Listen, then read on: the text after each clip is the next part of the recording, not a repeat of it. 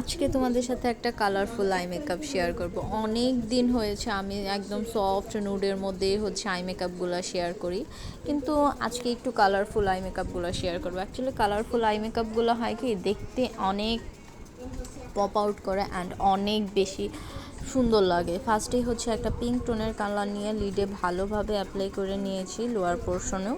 And then একটা purple টোনের, actually purple না, ব্লু টোনের কালার নিয়ে সেটা ভালোভাবে পিক করে অ্যান্ড সেটাই আমি অ্যাপ্লাই করেছি আউটার কর্নারটাতে। অ্যান্ড লোয়ার পোর্শনে সেভ আমি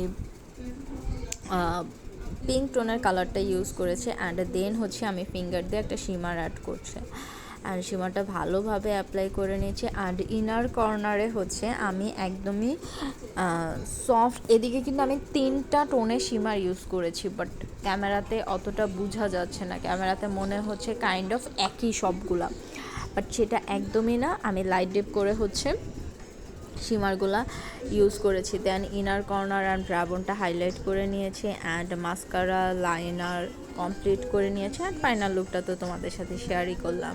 যারা অনেক বেশি শিমারি লুক পছন্দ করো তাদের জন্য আমি বলবো পারফেক্ট একটা আই মেকআপ।